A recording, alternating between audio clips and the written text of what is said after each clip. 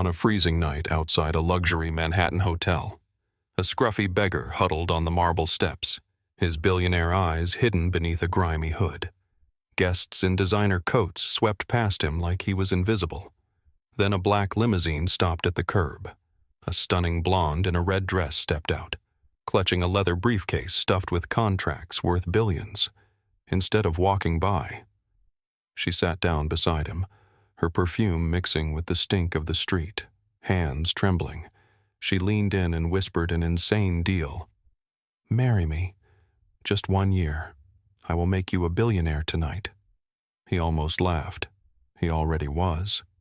New York City had always been a place of two worlds stacked on top of each other. The gleaming glass towers of Wall Street pierced the winter sky, housing investment firms and hedge funds where a single signature could move billions. But just below those polished lobbies, on the frozen sidewalks and subway grates, another world existed entirely. People curled up against the biting wind, invisible to those who stepped over them in $1,000 shoes. This city measured human worth in net assets, designer labels, and corner offices. Change the suit, and the same person would receive two completely different receptions. Elias Carter understood this better than anyone. At 36 years old, he stood at the helm of Carter Capital, one of the most feared acquisition firms on the East Coast. His sharp jawline and calculating gray eyes had graced the covers of financial magazines, though he avoided the spotlight with an almost obsessive vigilance. Tall, broad-shouldered, with the kind of quiet confidence that made lesser men nervous. Elias had built his empire from nothing through sheer intellect and an almost supernatural ability to see through corporate facades. But his obsession with authenticity ran deeper than business. Growing up in a middle-class household in Queens, he had watched his father lose everything, not through bad investments or poor decisions, but because he refused to sign off on fraudulent reports at the manufacturing company where he worked. The executives who had begged for his father's signature turned their backs the moment he was fired. Years later, after Elias had accumulated more wealth than those same executives could dream of, he watched them crawl back with flattering smiles and outstretched hands. The experience had left a scar that money could not heal. A single question haunted him through every boardroom meeting, every charity gala, every handshake with people who suddenly wanted to be his friend. If I had nothing, would anyone still see me as human to find the answer? Elias had developed an unusual habit. He would shed his tailored suits, don tattered clothes, and spend nights on the streets as a homeless man. He watched how doormen treated him. He noted which restaurants called security and which offered him a cup of coffee. He cataloged every disgusted glance, every muttered insult, every person who crossed the street to avoid him. Tonight was one of those nights. Carter Capital had been quietly accumulating shares in Monroe Global, a century-old conglomerate that was bleeding from the inside. Someone on the board was systematically gutting the company through shell corporations and phantom contracts. The financial forensics were clear. But Elias needed something that spreadsheets could not provide. He needed to understand the human element. He needed to see how the people at the center of this company actually behaved when they thought no one important was watching. That meant understanding Adelaide Monroe. Everything he had read about her suggested a contradiction. The business press called her cold and calculating. Former employees described her as fair but distant. The society pages mocked her failed engagement and questioned whether she was capable of human connection at all. But numbers did not lie. And under her leadership, Monroe Global had actually improved its treatment of lower-level workers even as the board squeezed profits from every other direction. Someone was fighting for the soul of that company, and Elias suspected it was her. Adelaide was everything the tabloids said she was, and nothing like they imagined. At 32, she carried the weight of a legacy that stretched back 4 generations. Her grandfather had built Monroe Global from a single textile factory into a sprawling empire spanning real estate, shipping, and technology. When he died, he left everything to Adelaide, his only grandchild, but with a condition that felt more like a curse. The will stipulated that Adelaide could only maintain full control of the company if she married someone outside the established financial dynasties within a specific time frame after assuming the CEO position. Her grandfather had watched too many old families destroy each other through power marriages. He wanted Adelaide to find someone who loved her for herself, not for what she represented. But love had already betrayed Adelaide once. William Grayson had seemed perfect. Handsome, charming, from a respectable but not threatening background. She had fallen for his easy smile and his seemingly genuine interest in her work for the first time in years. She had allowed herself to imagine a future that included someone else. She had shared her fears about the company, her doubts about her own abilities, her dreams of what Monroe Global could become under her leadership. They were weeks away from the wedding when she discovered the truth. William was a plant, carefully positioned by Clinton Ward, the senior board member who had been circling her position like a shark sensing blood. The engagement was nothing but a hostile takeover wrapped in roses and champagne. Every intimate conversation had been reported back to her enemies. Every vulnerability she had revealed had been catalogued for future use. The betrayal shattered something inside her. Adelaide stopped believing in love entirely, if relationships were just another form of contract. She reasoned. Then she would negotiate from a position of strength. She would find a husband on her own terms, someone who could not hurt her because he would never have access to her heart. The walls she built around herself were invisible but absolute. Clinton Ward was the kind of villain who wore his evil in silk ties and practiced smiles. At 55, he had spent 3 decades mastering the art of corporate politics. He spoke of protecting the Monroe legacy while secretly orchestrating its dismemberment. His network of shell companies and offshore accounts funneled millions away from the company he claimed to serve. But he was patient. He knew that time and the marriage clause would eventually deliver Adelaide into his hands. Tonight, he had made his move, in a private meeting before the charity gala. Clinton had pushed a document across the table toward Adelaide. His voice dripped with false concern as he explained that the board was worried about stability. Without a marriage to satisfy the will's conditions, they would have no choice but to restructure her authority. He gave her 30 days to produce a suitable husband. Otherwise, her power would be gradually transferred to a committee he conveniently controlled. Adelaide left that meeting with her designer dress feeling like armor and her heart pounding with barely contained fury. She was trapped. Every eligible man in her social circle was either connected to families who would use the marriage for leverage, or already in Clinton's pocket. She needed someone completely outside the system. Someone with nothing to gain and nothing to lose. The hotel steps were cold against her legs as she descended toward her waiting car. That was when she saw him. A man in a threadbare coat huddled against the marble, his face half hidden by a hood that had seen better decades. A security guard was moving toward him, gesturing aggressively for him to leave. Adelaide watched what happened next with growing fascination. The homeless man did not argue or plead. Instead, he calmly broke his last piece of dry bread in half and handed it to a younger man shivering nearby, a teenager who looked even more desperate than he did. It was such a small gesture, but in that moment, Adelaide saw something she rarely encountered in her world: genuine kindness without an audience or agenda. "Wait," she heard herself say. The word left her mouth before she could stop it. The security guard froze. "Leave him alone. He is not bothering anyone." She approached the steps, her heels clicking against the stone. Up close, the man smelled of the street, but his eyes told a different story. They were sharp, observant, and completely unafraid. Most people in his position would have looked at her with desperate hope or resentful anger. He simply looked at her like she was another human being who happened to be standing there. She sat down beside him, the cold marble seeping through her dress. The action drew stares from everyone within sight. But Adelaide found she did not care. Something about this moment felt more real than anything that had happened inside the gala. The man beside her did not flinch or grovel or try to take advantage of her unexpected kindness. He simply made room for her on the step as though they were two commuters sharing a park bench. "Do you believe in marriage?" she asked him.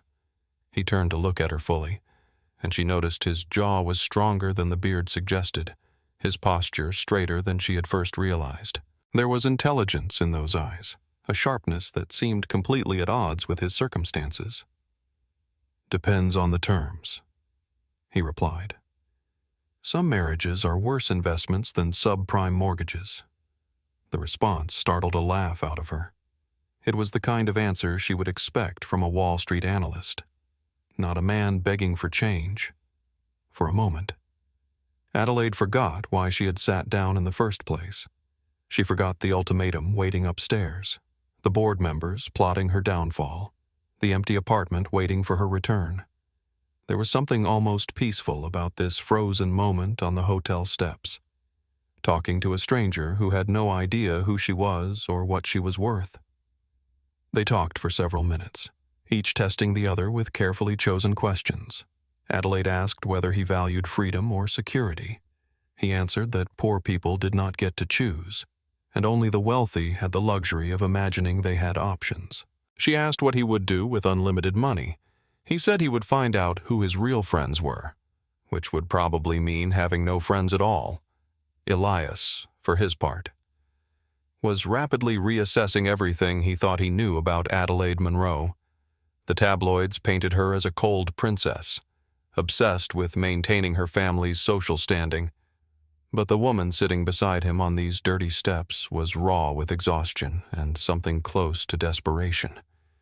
She was not performing charity for cameras. She was looking for something real, even if she did not fully understand what that meant. Adelaide made her decision with the same ruthless clarity that had made her grandfather great. She opened her briefcase and showed him everything: the will with its impossible conditions, the board memo demanding her compliance, the draft of a marriage contract she had prepared months ago for a wedding that never happened. "I need a husband on paper," she explained, "not in my heart. 1 year of playing the role, and I will give you enough money to never sleep on a sidewalk again. You do not need to love me. You just need to follow the script." Inside, Elias was already connecting dots. The will explained why Monroe Global's leadership had seemed so unstable. The board memo confirmed his suspicions about Clinton Ward. And the marriage contract was full of loopholes that a competent lawyer could exploit to destroy Adelaide if the arrangement ever became public. He filed all of this away while maintaining the confused expression of a homeless man who had just won an impossible lottery. "Why me?" he asked, playing his role perfectly. "Because everyone else has an angle," she answered. "You have nothing, which means you have nothing to take from me." She was wrong about that, of course.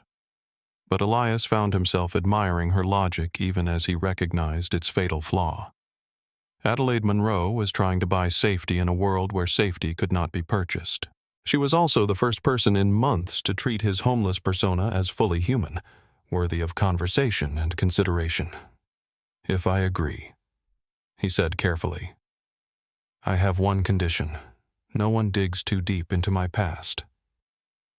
She studied his face for a long moment, clearly sensing that something did not add up. But desperation makes for flexible standards. She nodded.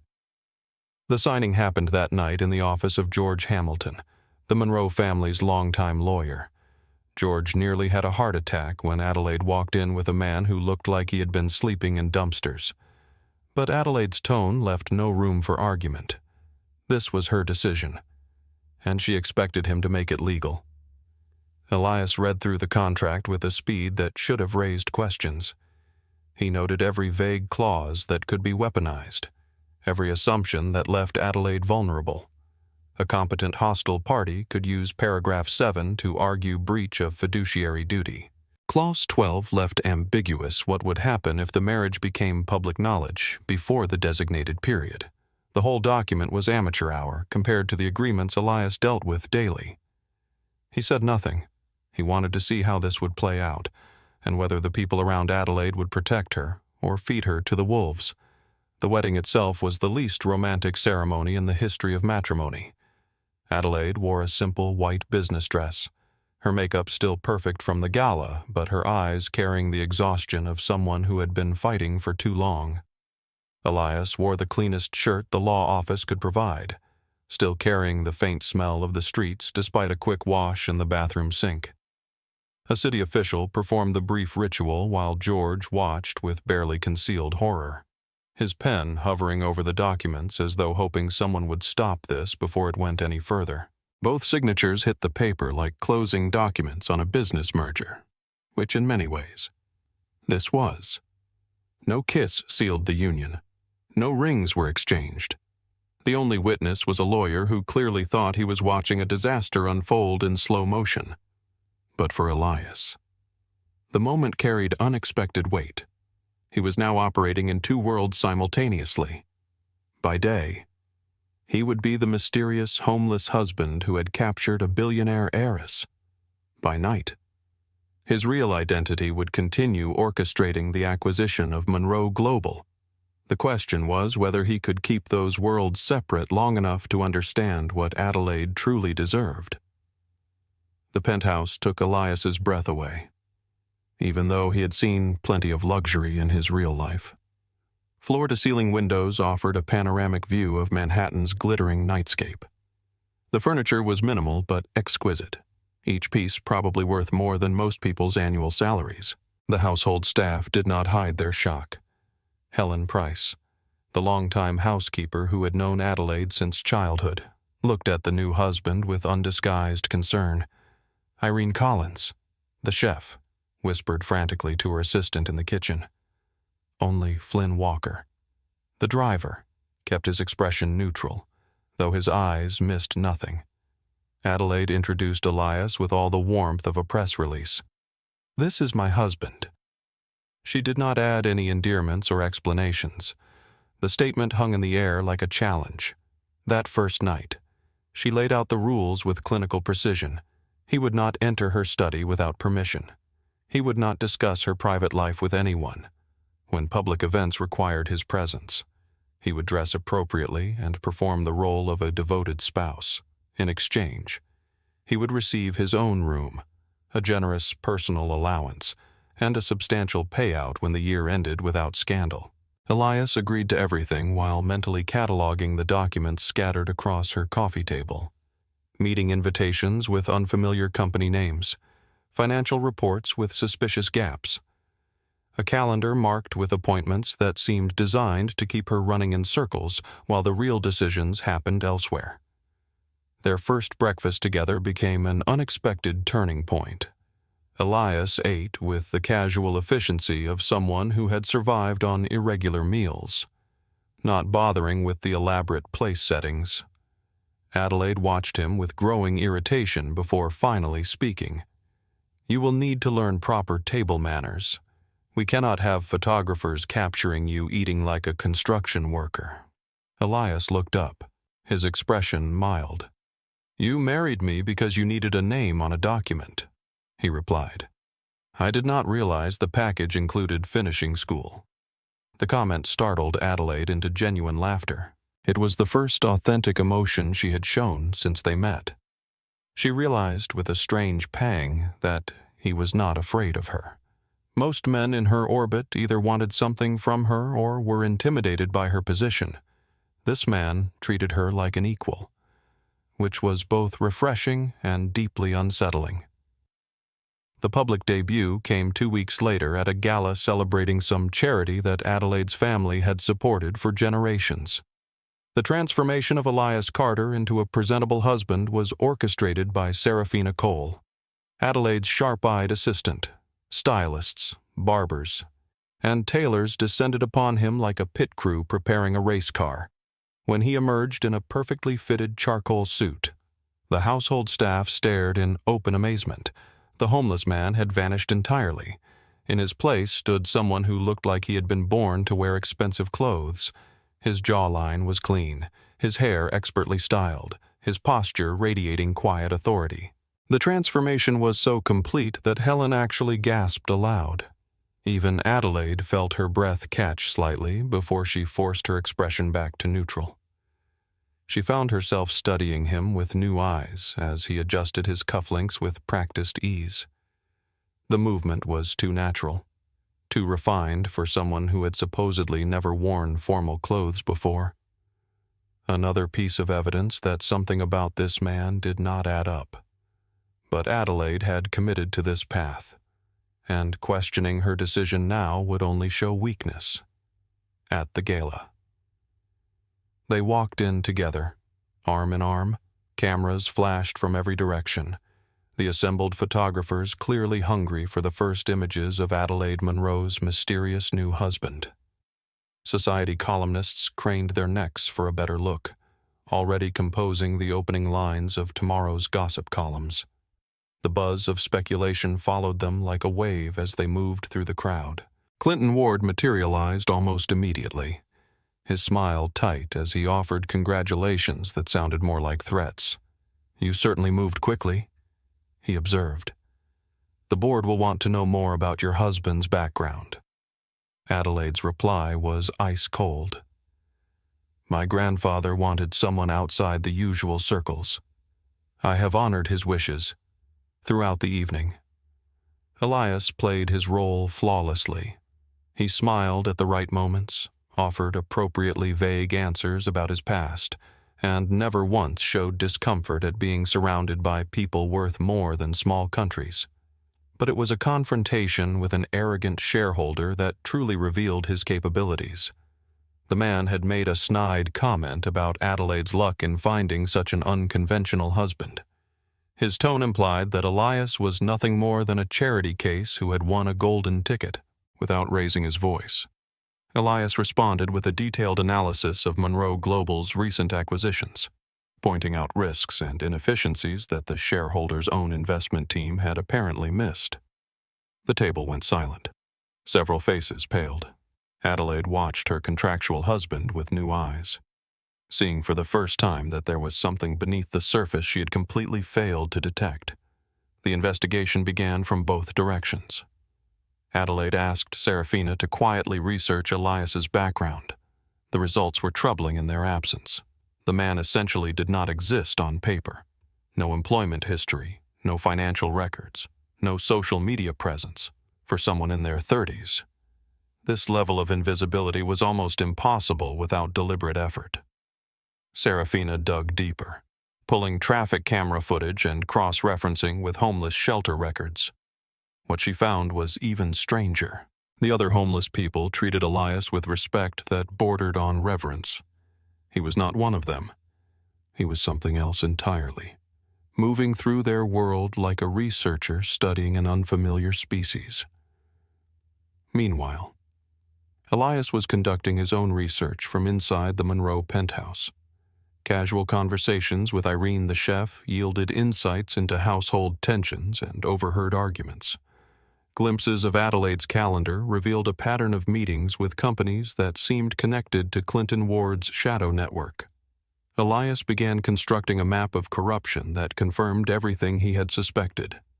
Clinton Ward was also investigating. His team traced the unusual trading activity in Monroe Global stock back to a web of investment vehicles that all seemed to lead nowhere. But one name kept appearing at the edges of the data: Carter Capital. The connection seemed impossible, but Clinton had not survived 3 decades of corporate warfare by dismissing impossible connections. The exposure came through Bonnie Larson, a young financial blogger with a talent for finding stories that mainstream media missed. She had obtained photos from a private investor conference that showed a man who looked remarkably like Adelaide Monroe's mysterious husband. except in those photos. He was wearing a suit worth more than most cars, and speaking with the confident authority of someone who belonged there. Her article went viral within hours. The headlines screamed about deception and hidden identities. Was Adelaide Monroe's homeless husband actually a billionaire in disguise? Speculation exploded across every financial news outlet. Shareholders demanded answers. The Monroe Global stock price swung wildly as traders tried to figure out what the revelation meant. Adelaide read the article in her study, her hands trembling with a fury that went beyond anger into something closer to grief. Serafina stood nearby. Having just confirmed that the man in the conference photos was almost certainly Elias Carter, founder and primary shareholder of Carter Capital, when Adelaide confronted him. Elias did not try to lie. He could see in her eyes that she already knew, and that any attempt at deception would only make things worse. He told her everything, his real identity, his acquisition strategy, his reasons for infiltrating her world through the most unlikely door imaginable. Adelaide listened with the stillness of someone who had been waiting for the other shoe to drop since the day she was born. When he finished, she asked only one question. From the beginning, was I just an asset to be acquired?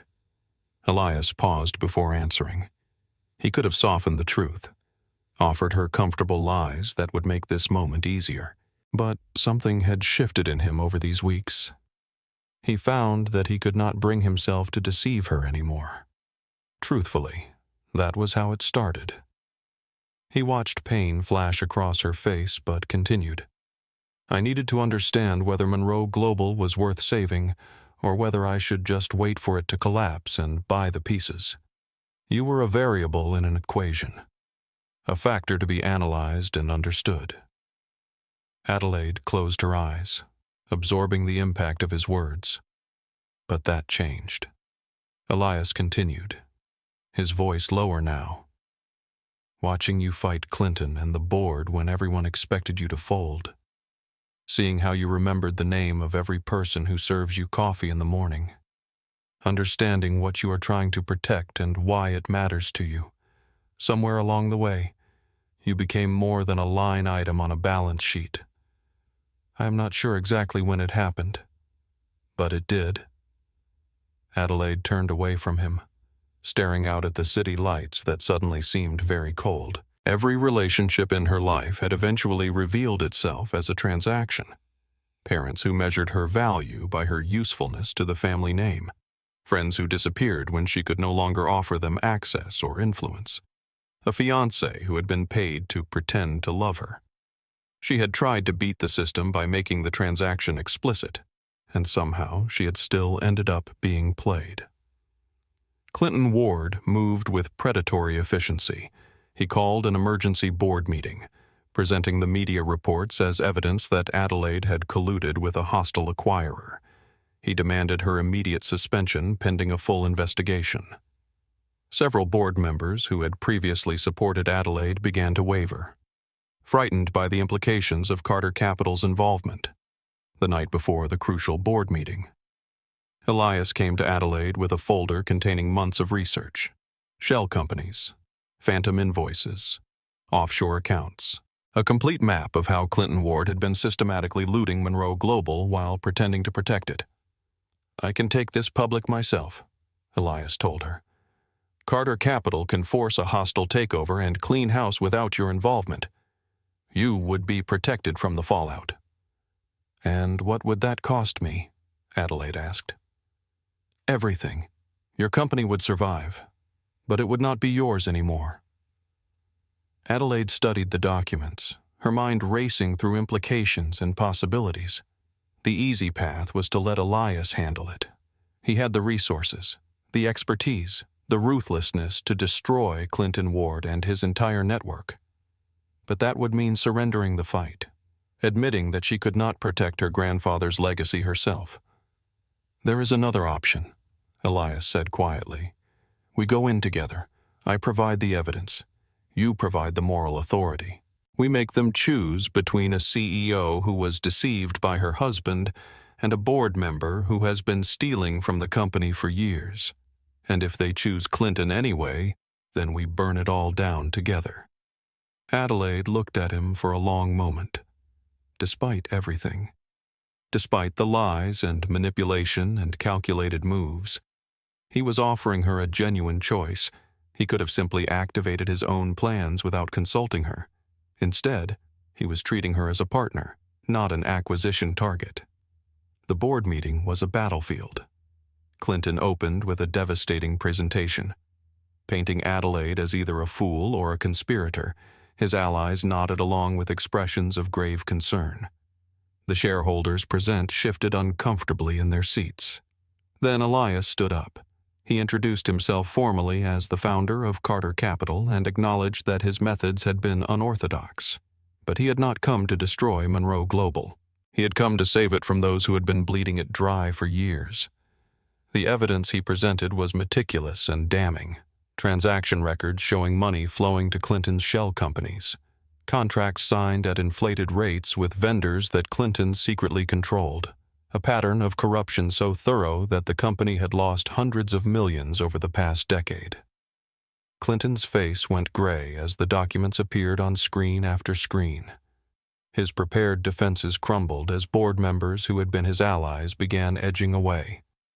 The room watched in stunned silence as the true scope of his betrayal became clear. But the pivotal moment came when Adelaide herself spoke. She did not try to deny her mistakes. The marriage had begun as a desperate attempt to satisfy the terms of a will while protecting herself from being hurt again.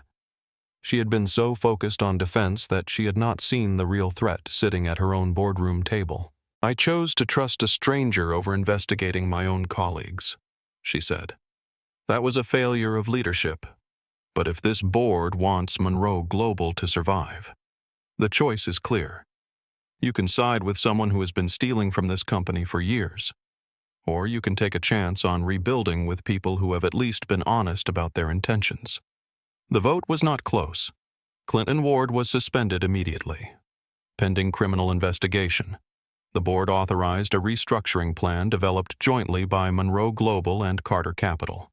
Adelaide retained her position, though with new oversight mechanisms that she herself had proposed.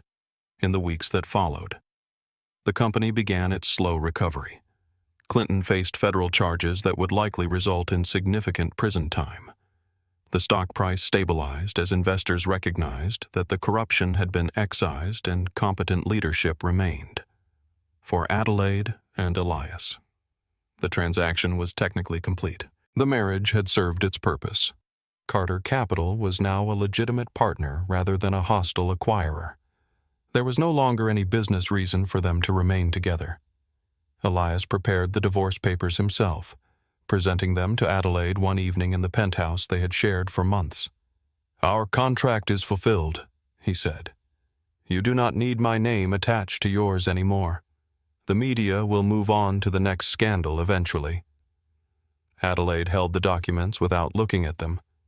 Instead, she watched the man standing before her, not the homeless disguise he had worn, not the corporate predator she had discovered, but whoever existed beneath both masks.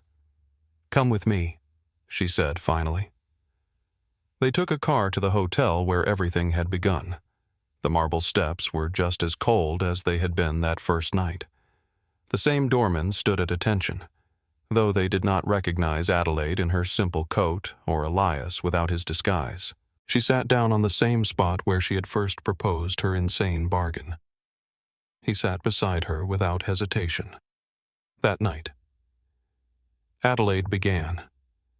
"I tried to buy a husband because I thought that was safer than trusting anyone.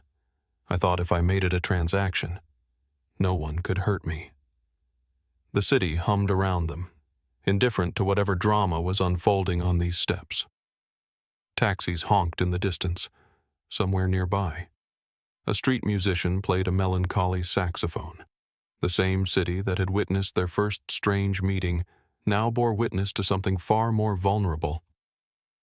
"I still do not know if I can trust my own judgment," she continued. "Every relationship I have ever had turned out to be someone else's agenda. My parents saw me as the future of their legacy, not as a daughter. My friends wanted access to the Monroe name and the doors it could open. William wanted my company more than he ever wanted me. I have been a means to an end for so long that I forgot what it feels like to be wanted for myself. Elias remained silent, letting her find her own way to whatever she needed to say. He understood the weight of what she was carrying because he carried something similar. Years of watching people change their behavior the moment they learned his net worth had left him equally uncertain about human motives.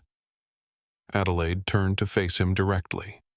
The Manhattan skyline glittered behind her, but her eyes held something more compelling than any city view. If you want to leave, I will sign those papers tonight. You have earned whatever you want.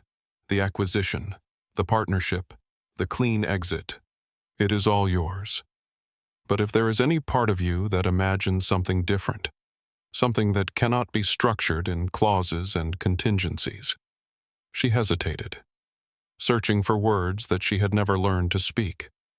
This time, I am asking, not offering a contract, not negotiating terms, not trying to protect myself from getting hurt, just asking if you might want to stay, with me, for real. Elias looked at the steps beneath them, remembering all the nights he had spent testing human nature. He had found cruelty and indifference in abundance.